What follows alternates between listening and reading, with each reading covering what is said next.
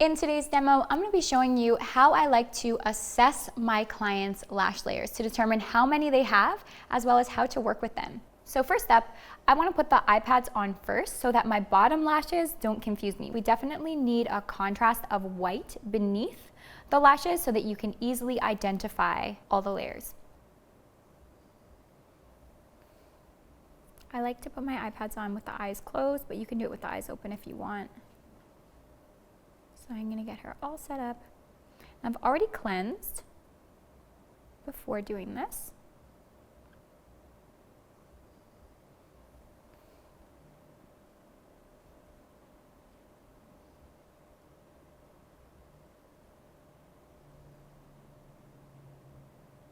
Does that feel okay for you? Mm-hmm.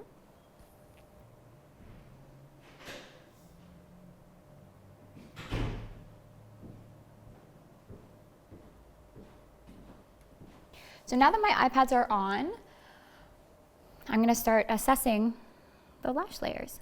So I take my fingers. Of course, I've sanitized my hands first.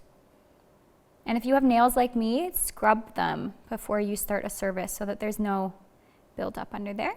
And I'm just going to look and see, if I pull the lashes to the side, in the middle of the eye, how many layers do we have? She actually only has about 2 layers for the most part. 2, in some areas 3. So you can see how there's a lash that sits beneath, closest to the eye pad, and then there's ones that are stacked on top of it. So the one that's closest to the eye pad, that's going to be considered your bottom lash layer. That's usually the layer that's used for adding darkness to your set if clients have multiple lash layers. And then I can see the ones that sit just directly above it. Those are going to be your middle and your top layer. But for her, more often than not, she has just 2 layers. There's a few sporadic 3 layers. Actually, that's important to talk about. So if I pull down her lashes, I'm going to actually just get my tweezer here. So in the areas that she has 3 layers, the lashes are very sporadic. So this lash here, for example, this is, yes, considered her top layer, but they're so sporadic that I wouldn't want to use the same lengths for those lashes. If I do, they're gonna end up looking like spikes. So if your plan is to create a spiked look and they have only, let's say, 2 or 3 lashes on the very top layer, you wanna be careful with them because whatever lengths you place on those is going to look longer than the rest of the lashes. So if someone had a perfectly sporadic top layer where it's like, whoa, they actually happen to sit exactly where I want my spikes to go, it might be great and it might do wonders to your set, but more often than not, it's going to look like an unintentional spike is placed on your lash set. So if you look at your set when it's done and you know that you've placed your lashes really close to the lash line, you know you haven't staggered your placements at all, and you know you stuck within the lengths that you wanted. If you notice some lashes stick up, you might have just placed a lash on one of these little rogue lashes, so you might want to remove those if they're throwing off your set. Or if you want to lash them to get extra darkness, just bump down your lengths for these sporadic natural lashes.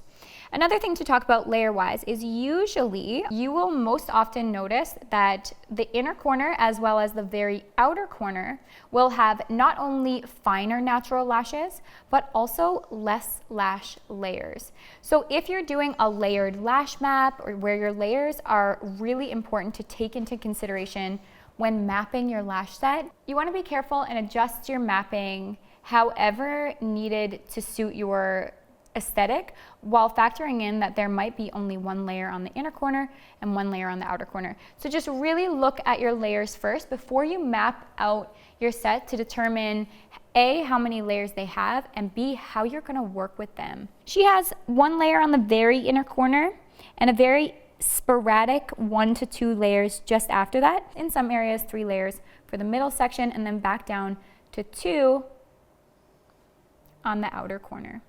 Also be careful, bump down your diameter and / or dimension on the inner and outer corner because often those lashes are weaker. Okay, so one last tip, when I'm looking at the inner and sometimes the outer as well, notice the whole time I'm taking my fingers, I'm moving the lid around.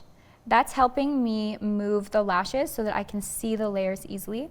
But importantly for the inner corner, I find that the lashes kind of want to hide underneath the iPad. So while I'm lashing, as well as while I'm inspecting the layers, I pull the lid toward the ear, just a little bit, trying not to open the eye, especially if you're working. And then I also take my finger or my tweezers and just push the pad down just a little bit. I'm also using really thin iPads for this, but when I push the pad down, it'll expose those inner corner lashes. So I can really see what I'm working with, because you really want to get as close to the inner corners as you possibly can with your lashes. Sometimes I go all the way down to 5 millimeters on the inner corner to make sure I can go all the way in there. It really brings your set to life.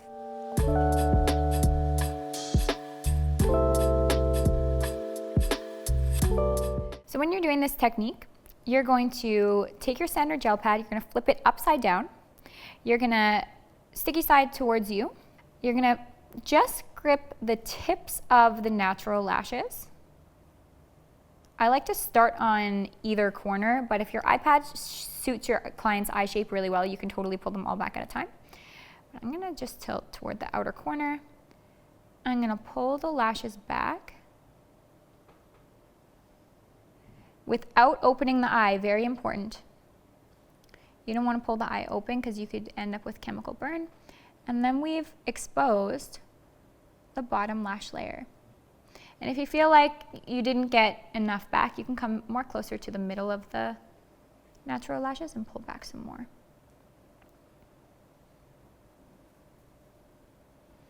Now you can easily lash the bottom lash layer.